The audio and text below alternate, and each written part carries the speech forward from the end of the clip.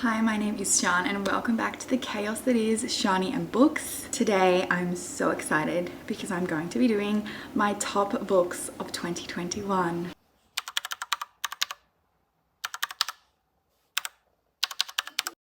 I'm trying not to look at myself, but I cut my own hair yesterday. I was trying to do that shag mullet thing. I keep seeing it on TikTok and it looks really good on those girls, but no, I feel like I need to trim some more. Anyway, side note. So I have been umming and ahhing about which books I wanted to put on my favorites list of 2021. And to be honest, it's been a struggle, which I guess that's a good problem to have because I read a lot of good books. And I had a top 10 in mind, and then I kept switching out books because I read a lot of hyped books, but I also read a lot of lesser known books that deserve more hype.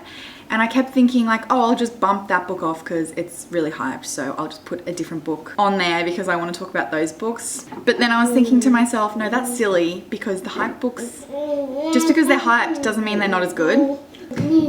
Sorry about this rant at the start, but let me just explain what I did for my favorites. So basically, I have my top tier, my top 5 books, and they're ranked 1 to 5, and they're just my 5 favorites regardless of how popular they are. And then we branch off to two bottom tiers, and one tier is hyped books and another tier is the underhyped books, and each of those have 5 books, and they aren't really ranked. They're all, we can just call them all 6 in terms of my ranking. So I have 15 to talk about, my top 5, and then my 2 bottom tiers, which is hyped and unhyped, just because when I was trying to do a top 10, I kept getting, my brain just could not rank the books. I don't know, you'll understand when I talk about the first hyped book why I was maybe I should just bump it, but it's still good. I don't know, in my brain it made sense, but let's just get into it. So first of all, in my hyped books tier, the first book that was a favorite of mine for the year is The Invisible Life of Addie LaRue. Kian's talking in the background, I'm sorry. And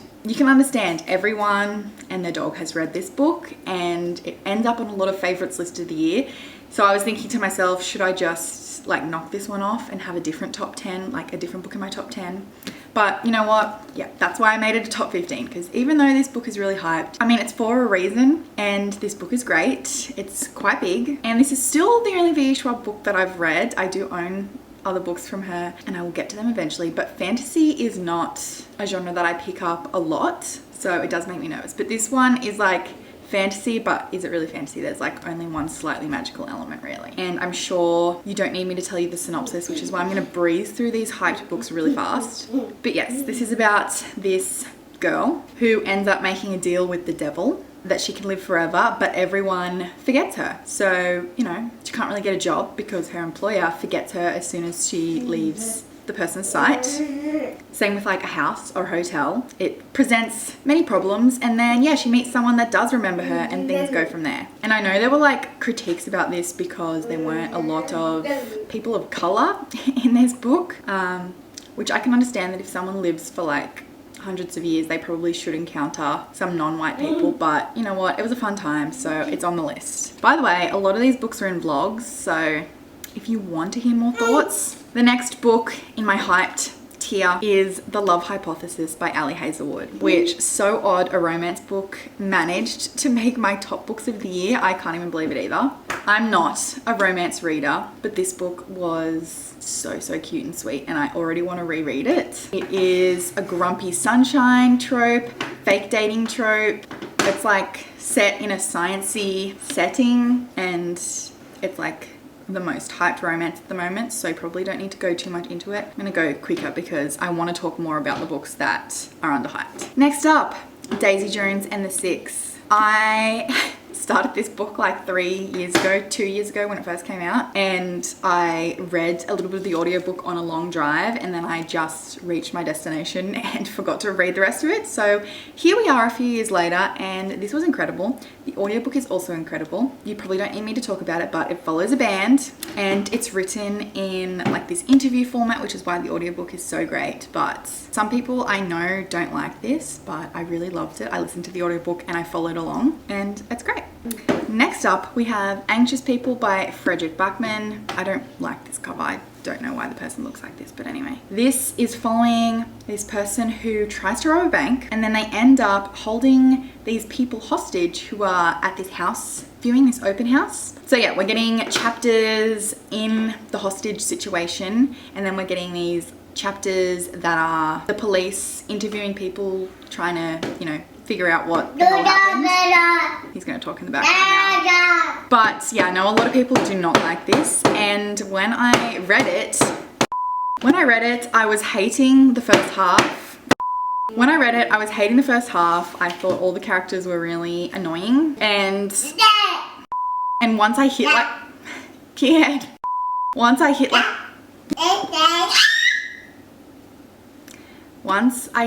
like the halfway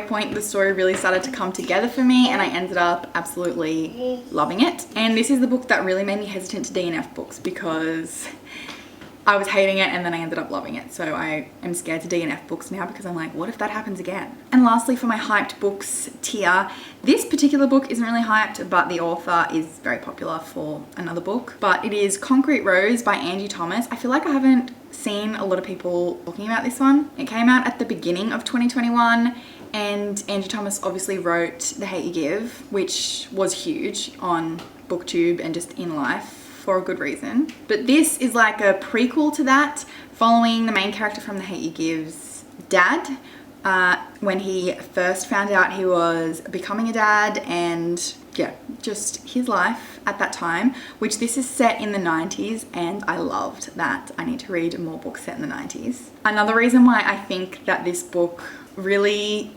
was enjoyable for me is because when I read it, my child was around the same age as Maverick's child in this book. Yeah, so I was relating to a lot of the parenting stuff that he was going through, because I was going through it or have just gone through it. So I think that really helped me to enjoy this book. It's pretty short too. But yeah, loved it.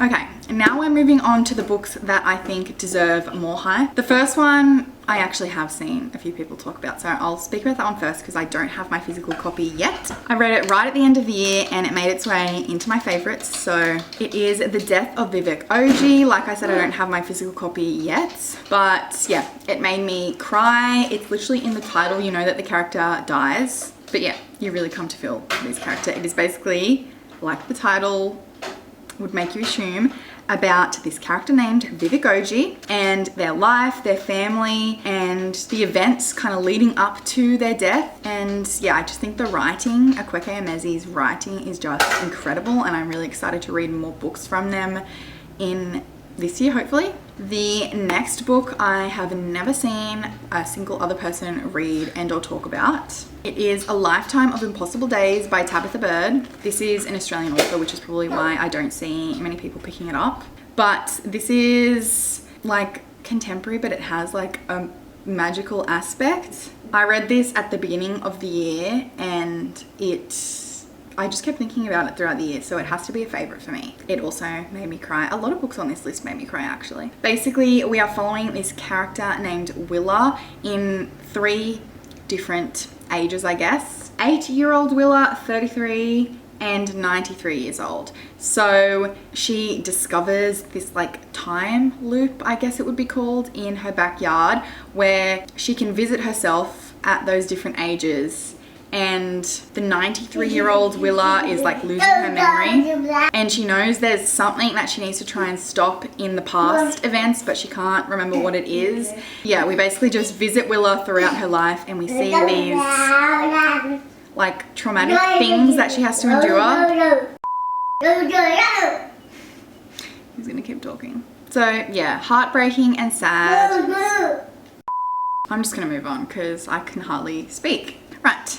Next up in my underhyped section is River of Dreams by Anita Heiss, which this has such a unique cover and title concept because on the back it has the English title and then the front has the Wiradjuri name of the book because this is written by a First Nations Australian author, and this book again Haven't really seen people talking about it, probably because it is Australian. Gotta come back later, hold on. Okay, I am struggling to get my child occupied long enough for me to film the rest of this, so I need to go faster. I think I was talking about this book. This is following this young Aboriginal girl in the 1850s after this flood comes through her town, and this white family ends up taking her with them when they move. And yeah, lots of discussions about race and Australia in this one.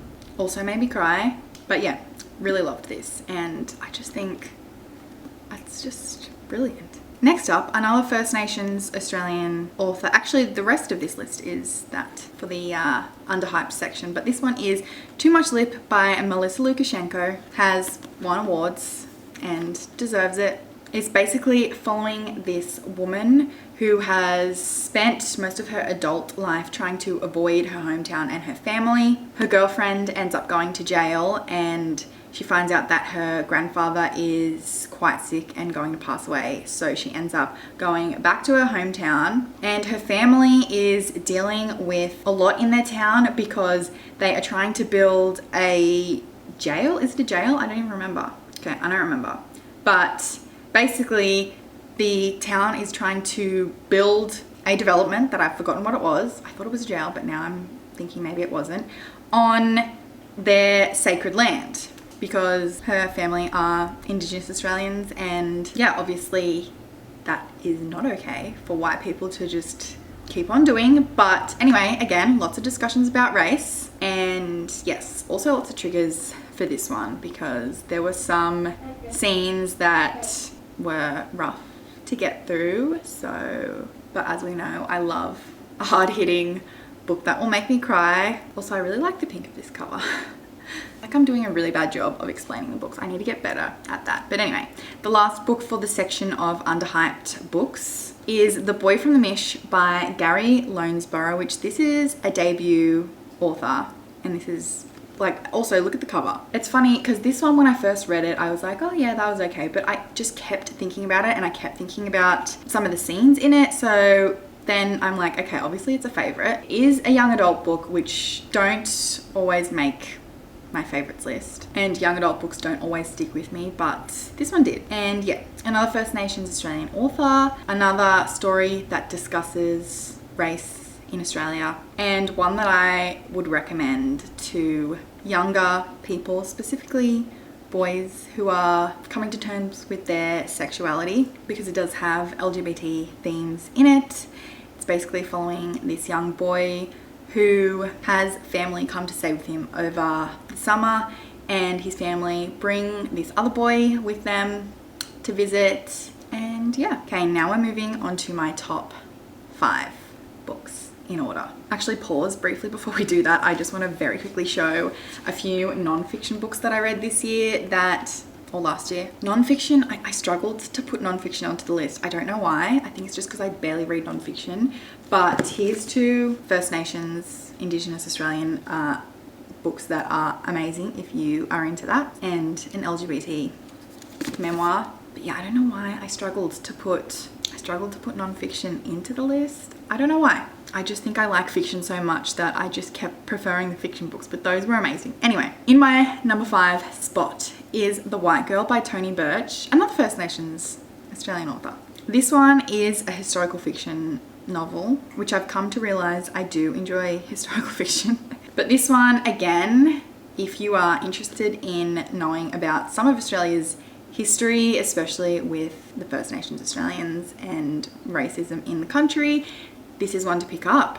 I think it's set in the 50s, and it is following this woman named Odette who is caring for her granddaughter. Her daughter basically had a child and then disappeared, and she doesn't know where her daughter is anymore. So she was left with her granddaughter. And if you are unfamiliar with Australian history, there are some things that have happened in our country that are not great, including white people taking away Aboriginal children from their families. So Odette is struggling because she doesn't want her child to be taken away, her granddaughter that she's caring for. She's also not allowed to do a lot of things because she has to get permission, because white people are just So she is basically just trying to survive with her granddaughter. Again, I think I'm doing a really bad job at telling you what these books are about, but obviously I love them all, so just know that. And I'll have like links to probably Goodreads down below. Number 4 on my list is one that I don't have physically, and I need to get a copy of this book. This book has also been on a lot of other people's favorites of the year, I've noticed, and for good reason, because the writing is, but it is A Diary of Blood by S.C. Gibson. This is like a Dracula's Bride retelling, but with polyamory in it. And it's something that honestly I didn't think that I would enjoy. But yeah, the writing was incredible and it's really short. I figured out that I do really enjoy just short horror. And yeah, not gonna say too much more because everyone's reading it, everyone's raving about it, and you should too. My third favorite of the year, which I was considering making it higher, but I don't know. I'm just so indecisive, but I absolutely adored this book. Maybe it's number 2. I don't know. Anyway, it is The Girl with the Louding Voice by Abby Dare. This cover is, I just keep talking about this cover, but like, look. It is following this girl in Nigeria who is sold off by her father to marry this older man and is going to be his 3rd wife, which she obviously does not want to do because she wants to stay in school, but her family has no money. So she's sold off to be his 3rd wife. And then, yeah, events end up happening. She ends up being sold a 2nd time to be a servant for this wealthier family. We're basically just seeing her life and her struggle to be able to learn English and to be educated and to escape this life that she's got to make a good life for herself. And again, this one made me cry. It is, I'm pretty sure, a debut novel and it is amazing. I love the writing. The writing style is so unique. I talked about it in the vlog that I read this in, but basically because in the beginning she doesn't speak English fluently, so it's like written in broken English, and then as she starts to learn, it starts to progress to more fluent English, and that is so like just a creative way to write this story, considering learning English is like one of the main aspects. And yeah, it's really incredible, and I need to get another copy of this because I want to annotate it, but I don't want to annotate this one because it's like the nice hardcover that's like signed, so I just tabbed it and I need to get a book that I can actually write in because I loved this book so much. In my number 2 spot, or is this number 2? I don't know, maybe this one and The Girl with the Louding Voice is swapped. I don't know. But anyway, it is Monday's Not Coming by Tiffany D. Jackson. I had this feeling before I read it that I was going to love this. I just knew I was, and I did. This is following a girl, Claudia, whose friend Monday hasn't been seen in a while, and she feels like nobody cares and that nobody is listening to her when she says that Monday is missing. And yeah, we just follow the events in her life. And another one that made me cry, this is, yeah, there's a lot of triggers for this one as well, but it is an incredible book. I think another one of the reasons why I loved and related to this one as well is this is a young adult book, so they're in school. And there is this one teacher that she keeps going to for help, and the teacher is going down to the front office saying, hey, have you guys seen Monday? And she keeps trying to follow up. And if you didn't know, before I had a child and had time off, I was a school teacher, and I have been in the position where I've been going down to the office to find out if the child's been seen. So yeah, I just feel like this felt really relatable to me, and I felt myself in her position for a part of this. This book also deals with miscarriages in one section. It's not a huge part of the book, but again, something that I really related to, and I'm super excited to read more from Tiffany D. Jackson because this is the first book that I've read from her, and I feel like I'm gonna love all of her books. So, and lastly, my top favorite book of the year. Some of you might already know what it is because I feel like I've said it a lot of times, but I read this book literally, I think in January or February, and I think I've stuck it as my favorite book the whole time. Like, I literally haven't changed my mind all year. So, and it is A Big Little Lies by Leanne Moriarty, which this author, this is the first book that I'd read from her, and then the other books that I read this year, not so great. So is she a one-hit wonder? I don't know. But like I said, I read this at the beginning of the year and I've thought about it so many times. It also made me cry, which I feel like it might not make other people cry, but it did for me. This is basically following the parents of these kindergarten children. So they're just starting school and we're getting chapters leading up to this event where we know that someone died, but we don't know who it was or how they died, but we know that someone has died, and we're getting like these interviews that are after the death, and then we're getting all the chapters that lead up to this trivia night where, yeah, the death happens. And yeah, there's just all these things going on with these parents of these kids at school that is funny because these are following like very wealthy characters, and usually I hate books where we're following rich people, but I really enjoyed it in this instance. It was amazing. Again, we're in a school setting, so is that why I also liked it? Because like I said, teacher. But yeah, also triggers for this one, but thought about it all year. I feel like I'm really bad at explaining books. I'm trying not to give too much away, but am I not giving enough? I don't know. I like this book. Read it. It's my favorite book of the year. But yes, another Leanne Moriarty book. May have made my least favorites of the year, so I am questioning this author, but this particular one I loved. So yeah, I think that's all that I need to say now. I feel like I'm forgetting stuff. I don't know. Those were my favorite books of the entire year of 2021, and I feel like I had such a good reading year, and I'm super excited to have hopefully a good reading year in 2022. I feel like I've learned a lot about my reading taste. For example, like I said, I am gravitating a lot more to adult books, which interestingly, there were a few young adult books on this list. There were 3 and 12 of them were adult. I also feel like I know the genres that I am leaning towards. Because of this list, a majority were realistic fiction, and there were also quite a few historical, more than I expected. 6 of the books on the list were Australian, which one of my goals this year was to read more Australian books, so that was obviously a successful goal to have because a lot of them were good. And I think 5 of these books were 2021 releases, and then the rest were backlist books. So I don't know, those facts might not be interesting to anyone else, but they were interesting to me.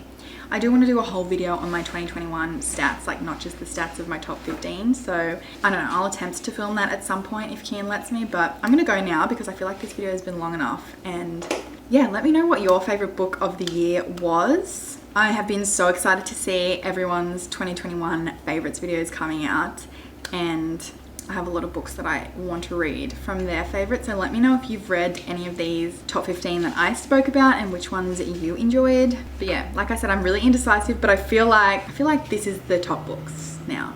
There's a few that I kind of like, should I have mentioned that book? But it's fine. It's done now. This is the 15. Thank you for watching. I appreciate you so much for being here, and I'll see you in my next video.